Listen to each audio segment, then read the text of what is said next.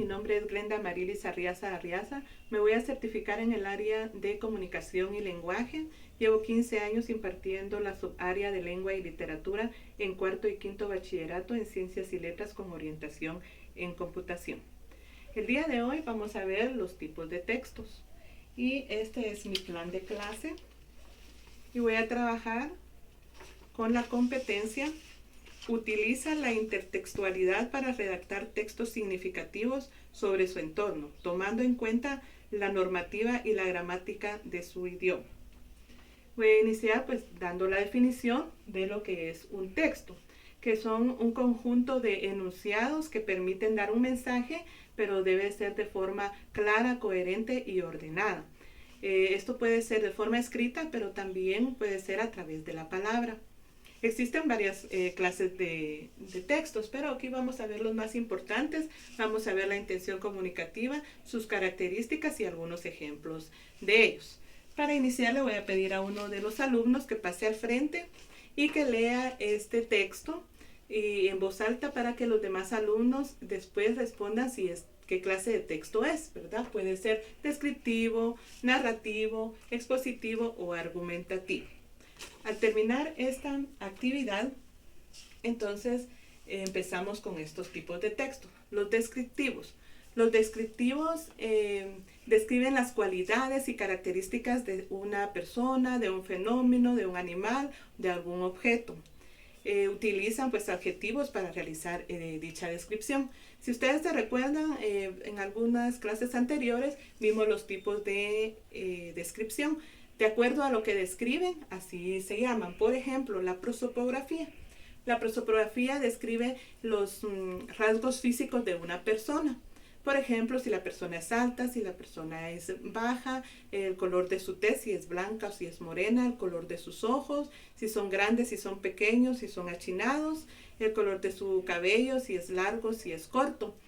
Entonces, la etopeya ya se refiere a lo interno de una persona, a sus cualidades, a su temperamento, su forma de ser. Ahí podemos indicar si la persona es enojada, si la persona es honesta, si es responsable, si es puntual. Cuando hablamos de retrato, el retrato es la unión de la etopeya y la prosopografía, porque vamos a describir a una persona a través de la palabra, de su forma de ser internamente y sus rasgos físicos también. Cuando hablamos de autorretrato, es igual que el retrato, solo que de nosotros mismos. Aquí yo podría decir que yo soy alta, que mi tez es morena, pero también tengo que hablar de mis cualidades y mi forma de ser. Cuando hablamos de topografía, es la descripción de un lugar. Este puede ser una habitación, puede ser un aula de clase, puede ser el establecimiento, un campo, un bosque o un lugar turístico. Pero debemos recordar que las descripciones hay objetivas y subjetivas. Cuando hablamos de descripciones objetivas es lo más apegado a la realidad. Por ejemplo, yo puedo decir que estoy rodeada de árboles, que el cielo está despejado, que hay mariposas y que escucho el canto de pajaritos. Pero cuando hablamos de descripción subjetiva, esto ya emana de nuestra imaginación. Voy a leer este fragmento de un texto para dar ese ejemplo. De pronto me encontré sin darme cuenta en un bosque desolado. Solamente se escuchaba el dulce susurro de la brisa otoñal.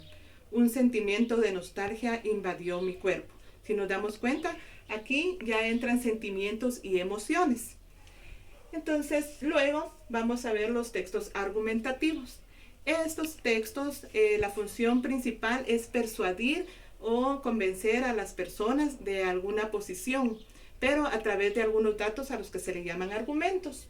Los ejemplos de este texto podrían ser ensayos, artículos de opinión, debates, críticas de prensa, y su estructura se basa en presentación del tema, exposición de las ideas, argumentación y conclusión. También tenemos los textos expositivos. Estos textos expositivos, la función principal de ellos es difundir sobre algún tema específico, pero tiene que ser bien aclarado para que el público lo comprenda perfectamente. Pueden ser los artículos de divulgación, los manuales de estudio, los libros de texto, y la estructura de estos textos es la introducción, el desarrollo y la conclusión. Por último, tenemos los textos narrativos. Los textos narrativos son los que cuentan algún hecho o algún acontecimiento que puede ser real o puede ser ficticio. Estos los empleamos también en la vida cotidiana como en la literatura. En este caso tenemos los cuentos, las novelas, las fábulas, y la estructura de estos es la introducción, el nudo y el desenlace. Al finalizar esta explicación, voy a pedir a los alumnos que completen este cuadro comparativo de estos 4 textos que vimos, los descriptivos, argumentativos, expositivos y narrativos, y lo van a completar con las características de cada uno de ellos. Luego voy a explicar esta actividad que la vamos a llevar a cabo en los días posteriores. Por ejemplo, el primer día vamos a realizar la elección de un cuento que vamos a escribir, porque vamos a hacer un storytelling. Esto no es más que el arte de contar historias, pero esta historia nosotros la vamos a crear. Vamos a dejar volar nuestra imaginación, pero tenemos que tomar en cuenta las reglas ortográficas y gramaticales. Debemos tratar que nuestra historia sea de una forma coherente y esté escrita ordenadamente. Entonces, esto es un andamiaje, que quiere decir que les voy a ir dando paso a paso cómo vamos a ir construyendo nuestra historia. Entonces, al inicio vamos a ver si queremos escribir un cuento de hadas, si queremos escribir un cuento de fantasía, un cuento de terror, un cuento de aventuras o también un cuento policial. Ahora, lo que vamos a hacer posteriormente es crear nuestros personajes, porque las historias tienen personajes principales y personajes secundarios. Entonces vamos a poner el nombre de nuestro personaje, el tipo de personaje, las características físicas y la personalidad de nuestros personajes principales. Lo mismo vamos a hacer para nuestros personajes secundarios. Luego nos vamos a ir a la configuración del conflicto, porque recordemos que los textos narrativos tienen introducción, nudo y desenlace. Entonces acá vamos a definir cuál va a ser el conflicto. Y también vamos a diseñar el entorno geográfico, o sea, el lugar donde los hechos se van a desarrollar. Luego vamos a crear nuestra trama. Vamos a escribir acá nuestro inicio, nuestro nudo y nuestro desenlace.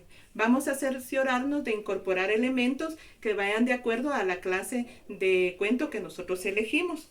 Y vamos a definir una enseñanza positiva que vamos a dejar con nuestra historia. En el segundo día vamos a primero corroborar con un chequecito que hayamos hecho cada uno de los pasos que ya les indiqué.